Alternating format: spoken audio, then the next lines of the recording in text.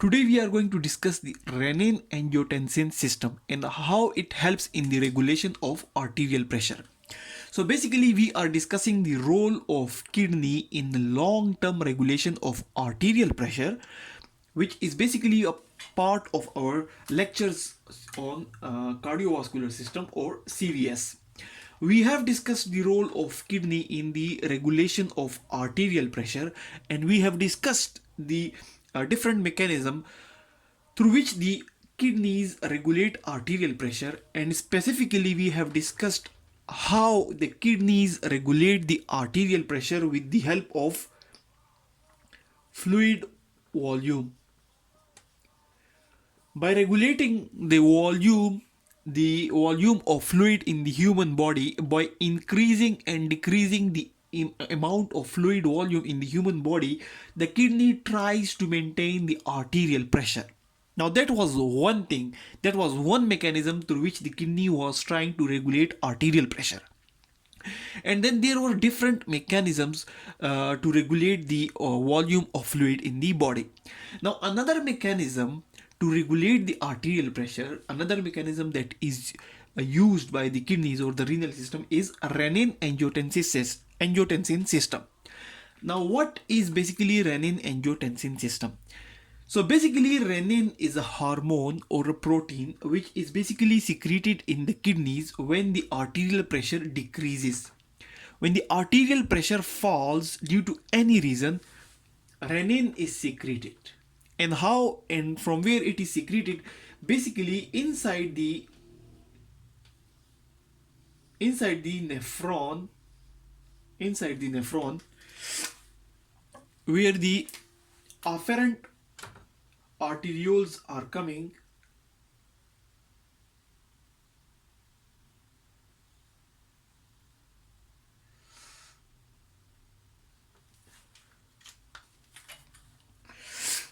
these are afferent arterioles. Blood is coming to the glomerulus with the help of afferent arterioles, and the part of the afferent arteriole just near the glomerulus, there is basically JG apparatus or juxtaglomerular apparatus. From this point,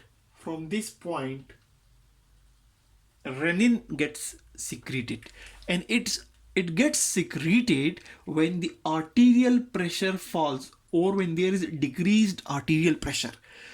So fall in arterial pressure will secrete renin from the kidneys, and renin from the kidneys gets secreted from the JG apparatus into the blood.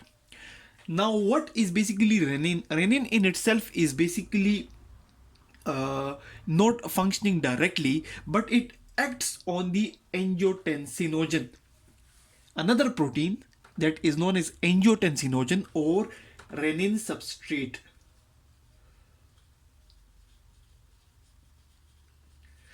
It acts on the renin substrate known as angiotensinogen and converts angiotensinogen into angiotensin 1.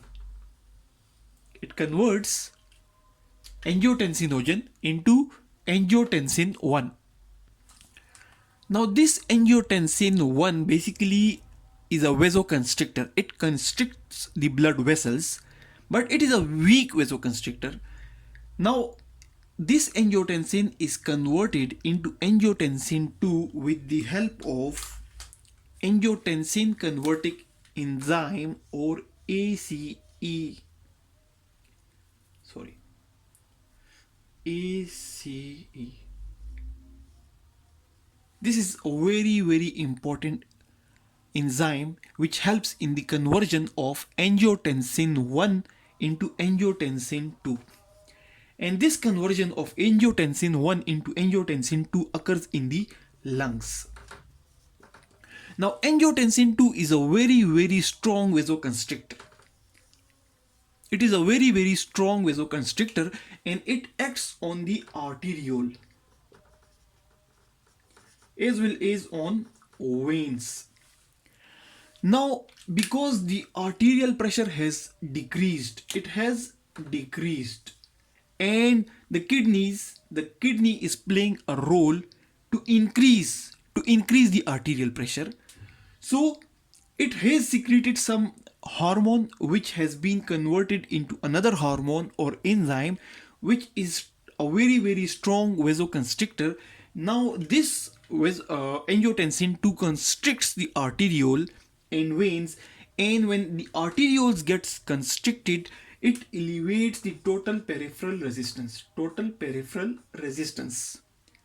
And when it constricts the veins, it basically pushes the blood towards the heart.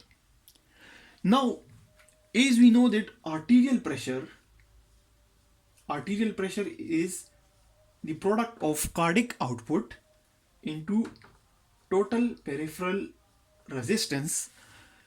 So when the total peripheral resistance increases with the help of vasoconstriction, it increases the arterial pressure.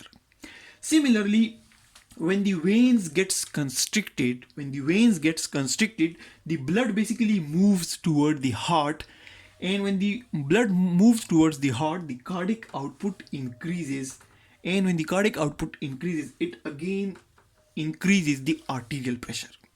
So vasoconstriction is one method with the help of which angiotensin 2 raises the arterial pressure. Another method which basically helps in elevation of the arterial pressure is renal retention of salt and water. Angiotensin 2 basically helps in the absorption of salt and water in the kidneys. If angiotensin 2 will not be there, the extra salt and water will go into the urine. But in the presence of angiotensin 2, a lot of salt and water is retained in the body, and when the more fluid is retained in the body, it increases the arterial pressure. Because more fluid means more cardiac output. When there is more fluid, more blood, the volume of blood increases and more blood returns to the heart. When more blood returns to the heart pumps more and the cardiac output increases. And when the cardiac output increases, the arterial pressure increases, because the arterial pressure is product of cardiac output and total peripheral resistance.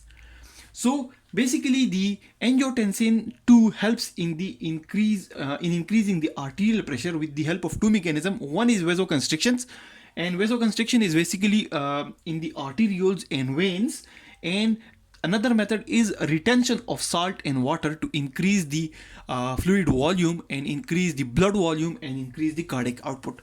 So basically when the arterial pressure falls, renin gets secreted from the JG apparatus or juxtaglomerular apparatus.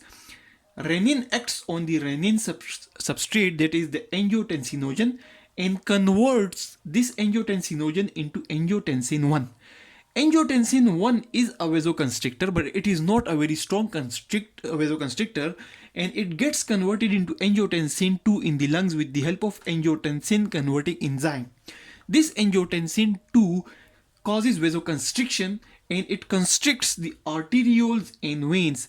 By constricting the arterioles, it increases the total peripheral resistance, and by constricting the veins, it pumps or pushes the blood toward the heart and helps in increasing the cardiac output, and so it increases the arterial pressure, because arterial pressure is the product of cardiac output and total peripheral resistance. Another method by which angiotensin 2 helps in the elevation of arterial pressure is retention of salt and water.